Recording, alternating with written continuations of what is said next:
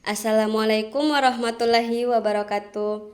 Kami mahasiswi dari Akademi Kebidanan Cahwala Maluku Utara akan menjelaskan pentingnya keluarga berencana dan kesehatan reproduksi pria dan wanita.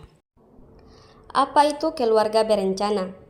Keluarga berencana merupakan program pemerintah untuk membentuk keluarga yang sehat, sejahtera, dengan mengatasi kelahiran dan memberikan manfaat jangka panjang bagi kesehatan ibu dan anak melalui pengaturan jarak kelahiran ideal 2-5 tahun yang memungkinkan pemulihan fisik ibu dan perawatan optimal anak. Keluarga berencana juga mengurangi resiko komplikasi kehamilan seperti anemia, perdarahan, dan kanker rahim, serta menurunkan angka kematian maternal secara signifikasi dalam jangka panjang. Manfaat pil KB dan jenis-jenis pil KB. Jenis-jenis pil KB terdiri dari pil KB, suntik KB, implan KB, dan IUD. Manfaat-manfaat KB. 1. Manfaat pil KB sangat efektif cegah hamil jika rutin diminum, haid lebih teratur, kurangi nyeri haid.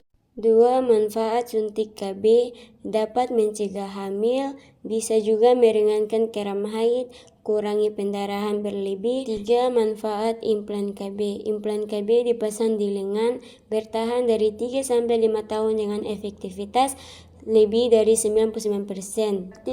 Jangka panjang, aman bagi ibu menyusui dan langsung pulih kesuburan setelah dilepas. 4. Manfaat IUD atau spiral dipasang di rahim, bertahan 3-10 tahun, efektivitas 99%. Cara penggunaan dan efek samping penggunaan KB. 1. Pil KB. Cara penggunaan pil KB diminum 1 tablet setiap hari pada jam yang sama. Ada jenis kombinasi 21 pil aktif tambah 7 pil kosong dan pil mini tanpa jeda. Jadwal pil KB harus diminum setiap hari tanpa terlewat. Efek samping pil KB adalah mual atau muntah ringan, sakit kepala, payudara terasa nyeri, perubahan mood, perdarahan bercak, berat badan naik atau turun. 2. Suntik KB 1 bulan. Cara penggunaannya disuntikan oleh tenaga medis di lengan atau bokong. Jadwal penggunaan suntik KB 1 bulan, yaitu setiap 1 bulan sekali. Efek samping suntik KB 1 bulan adalah mual, sakit kepala, perubahan mood, perdarahan tidak teratur, resiko pembekuan darah karena mengandung estrogen. 3. Suntik KB 3 bulan. Cara penggunaannya disuntikan oleh tenaga medis di lengan atau bokong. Jadwalnya setiap 3 bulan sekali. Efek sampingnya haid tidak teratur atau berhenti, berat badan bertambah, timbul jerawat, sakit kepala. 4. Implan KB. Cara penggunaannya dipasang di bawah kulit lengan, efektif 3-5 tahun. Jadwalnya efektif 3-5 tahun tergantung jenis implan. Efek sampingnya perdarahan tidak teratur, berat badan bertambah, sakit kepala, infeksi di area pemasangan. 5. IUD.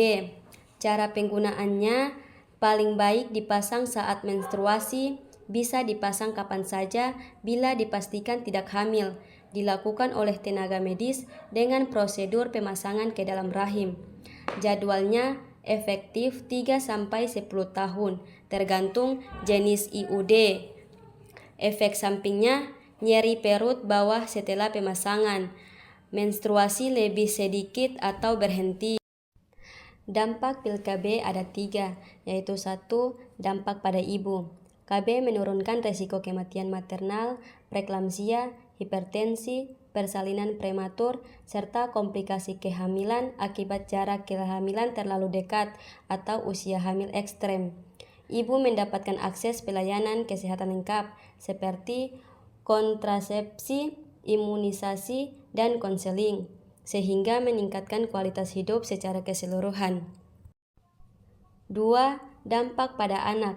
jarak kelahiran optimal, mengurangi resiko bayi lahir prematur, berat badan rendah. 3. Dampak pada ibu menyusui.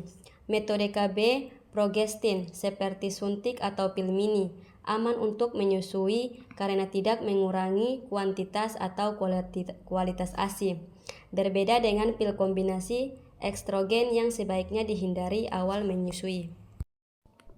Pengertian KESPRO. KESPRO adalah kondisi sejahtera secara fisik, mental, dan sosial yang lengkap terkait dengan organ dan fungsi reproduksi tubuh seseorang, bukan hanya bebas dari penyakit atau cacat. KESPRO harus standar WHO yang diadopsi di Indonesia, di mana KESPRO mencakup hak reproduksi aman sepanjang hidup termasuk kehamilan sehat, keluarga berencana, dan pencegahan IMS. Komponen utama kesehatan organ reproduksi seperti ovarium, testis, dan hormon FSH, LH, testosteron, aspek mental sosial seperti konseling remaja dan pencegahan kekerasan seksual. Layanan di puskesmas termasuk posyandu KB untuk edukasi dan screening.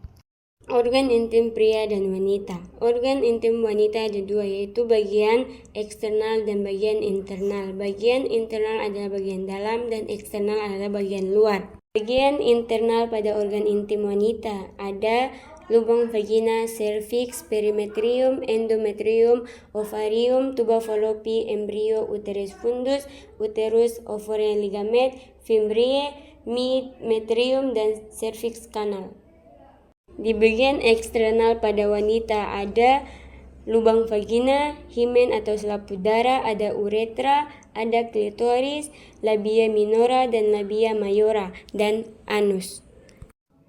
Organ intim pada pria ada dua, yaitu ada eksternal dan internal. Bagian eksternal pada pria itu penis dan skrotum. Bagian internal pada pria itu ada testis dan epididymis, saluran keluar testis, dan kelenjar aksesoris. Cara merawat organ reproduksi wanita dan pria. Yang pertama, mengganti pakaian dalam wanita dan pria minimal 2 kali sehari. Yang kedua, memakai pakaian dalam dengan bahan yang mudah menyerap keringat, contohnya katun. Yang ketiga, pakai handuk yang lembut, kering, bersih, dan tidak berbau atau lembab. Untuk laki-laki sangat dianjurkan untuk disunat atau hitan agar terhindar dari kanker penis dan kanker leher rahim. Bagi perempuan setelah buang air kecil, cara membersihkannya dari arah depan ke belakang agar kuman dari anus tidak ikut ke organ reproduksi. Mengganti pembalut minimal 3 kali sehari. Faktor yang mempengaruhi kesehatan reproduksi: penyalahgunaan narkoba atau pengguna zat adiktif secara berlebihan. Dampak utama terhadap kesehatan reproduksi: gangguan hormonal, infertilitas, dan transmisi HIV atau STI. Ekonomi atau kemiskinan, akses layanan kesehatan terbatas. Dampak utama terhadap kesehatan reproduksi: meningkatkan risiko infeksi dan komplikasi kehamilan karena kurang perawatan. Lingkungan dan budaya atau polusi norma banyak anak banyak rezeki. Dampak utama terhadap kesehatan reproduksi: hambatan praktik KB dan peningkatan kehamilan remaja. Pendidikan tidak memadai atau kurang pengetahuan tentang reproduksi.